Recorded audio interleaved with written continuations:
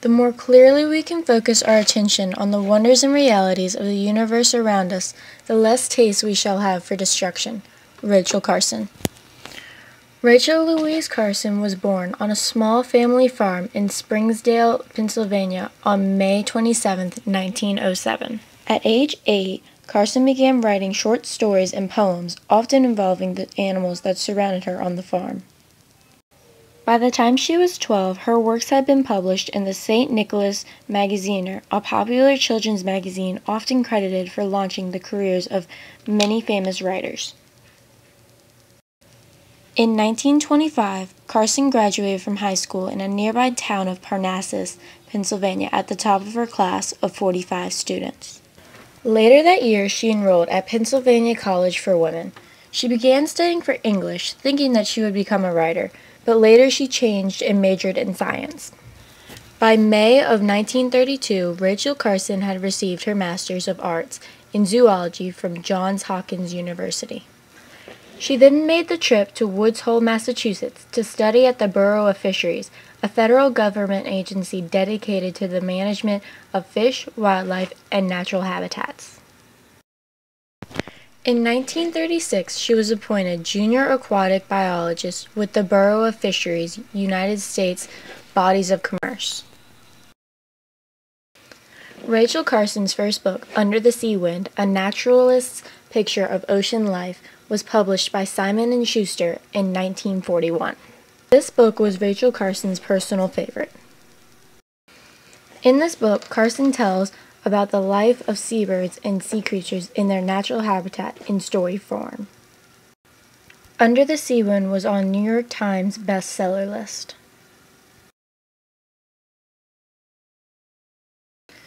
A decade later, in 1951, her second book, The Sea Around Us, was published. Poetically outlining the history of the Sea Around Us explored the sea's primitive beginnings through the last scientific findings of time. It starts when the ocean was first created and talks about the different changes it had gone through up until the middle of the 20th century when the book was written. It also talks about the evolution of different aquatic animals and the similarity between humans and these animals.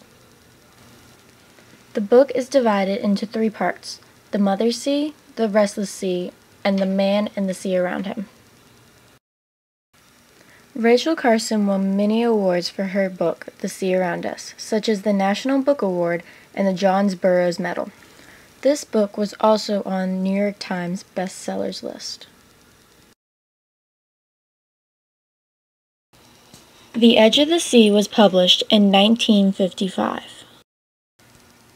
In The Edge of the Sea, Rachel Carson tells us about the life of different plants and animals around the shoreline. The animals she describes in this book can be found by any beachgoer and were examined without any special scuba equipment. Silent Spring, Rachel Carson's most popular book, was published in 1962.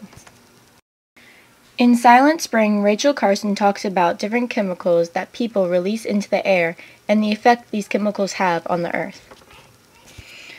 She also discusses how these different chemicals are responsible for bird and fish deaths, human nervous system disorder, and other deaths. When experts of Silent Spring were in the New York Times magazine, it created an uproar and people began to question organizations that used and supported these pesticides mentioned in the book, such as DDT. The organizations that used and relied on these pesticides for their businesses began trying to spread the upside to these pesticides, but this only helped Rachel Carson's book become more popular. On June 3, 1963, Rachel Carson testified about the harmful effects DDT has on the environment before the U.S. Committee of Commerce. After battling breast cancer, Rachel Carson died on April 14, 1964, in Silver Spring, Maryland, at the age of 56. She left behind a legacy of enriching environmental awareness through her enjoyable and easy-to-read nonfiction books. In 1980, Rachel Carson was awarded with the Presidential Medal of Freedom posthumously. In 1999, Rachel Carson was chosen as one of Times Magazine's top 20 most influential scientists and thinkers of the 20th century. Rachel Carson had a great impact on lives, even today. Because of her, people began to rethink the use of pesticides, and they began to look at the world differently.